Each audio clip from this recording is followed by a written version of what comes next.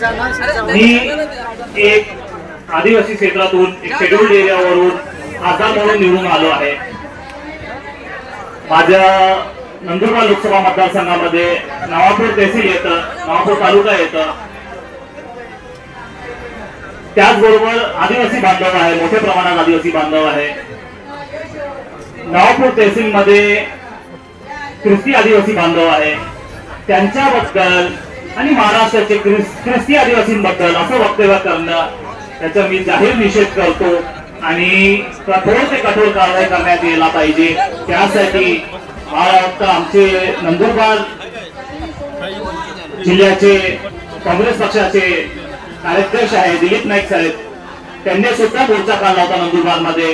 त्या नंदुरबारला ते मोर्चा असताना मी थोडं उशिरा पोहोचलो, पण त्यांनी मोर्चा काढून कलेक्टर ऑफिसला निवेदन दिले, एफआयआर दर्ज करण्यासाठी मागणी केली। आपल्या सर्वांना माहिती आहे की 2 दिवस अगोदर एक धुळ्याच्या आमदारांनी पुन्हा एकदा ख्रिस्ती बांधवांवरती त्या चुकीच्या शब्दाचा वापर केला। मी आपल्याला स्पष्ट सांगू इच्छितो की ज्या पद्धतीने ते बोलले, मी स्वतः ते व्हिडिओ पाहिले आहे।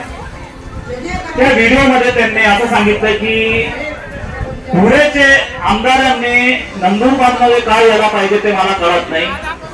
दुसरा विषय आले तर त्यांनी असं शब्द वापरलं की त्यांनी लहान मुलींना धरलं।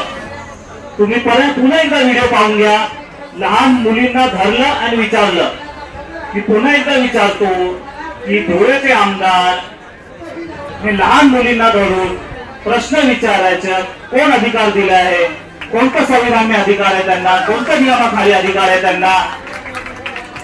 त्यानंतर त्यांनी असं विचारलं की बायबल बद्दल काय, त्यानंतर चर्च बद्दल विषय काढला। मी सांगतो की तुम्हाला कोण अधिकार दिला आहे की तुम्हाला विधिमंडळाचे याच्यामध्ये विधानसभामध्ये असा प्रश्न उपस्थित करायचा अधिकार भेटतो? तुम्हाला कोण अधिकार देतं? कोणत्या नियमाखाली, कोणत्या संविधानाच्या कलमाखाली, कोणत्या घटनात्मक कलमाखाली तुम्हाला अधिकार भेटतो असा प्रश्न विचारायचा। आणि त्यानंतर धार्मिक द्वेष पसरवण्याचं, त्याचबरोबर आदिवासींच्या विरुद्ध मानसिकता पसरवण्याचं, अल्पसंख्याकांच्या विरुद्ध घृणा पसरवण्याचं अगर तुम्ही षडयंत्र रचत असाल तर निश्चितपणे मी एक आदिवासी खासदार म्हणून तुमचा निषेध करतो आणि तुमच्यावर कठोर कारवाई करण्यात यावी हे सरकारकडे मागणी करतो। मी तुमच्या सोबत आहे आणि मी हेही सांगतो की विधिमंडळाचे नियम, मी वकील आहे कायदे, म्हणजे वकील होतो, चुकून खासदार झालो आहे, पण वकिली सोडली नाही अजून। आणि तुमची वकिली मी संसदेत जाऊन राहुलजी समोर सर्वांसमोर मी उपस्थित करेल, मी आपल्या गावी येतो। पण आता आपल्याला सांगतो, मी दिलीप नाईक साहेबांना सूचना दिली आहे की तुम्ही जे संबंधित पदाधिकारी असेल का आमदार असेल, धुळ्याचे आमदार, त्यांच्या विरुद्ध एफआयआर दाखल करा। स्पीकर गुन्हा दाखल झालाच पाहिजे आणि कठोर कारवाई करण्यात यायला पाहिजे व त्यांना विधिमंडळातून विधानसभेतून सस्पेंड करण्यात यायला पाहिजे अशी मागणी करायला पाहिजे आपण सर्वांनी।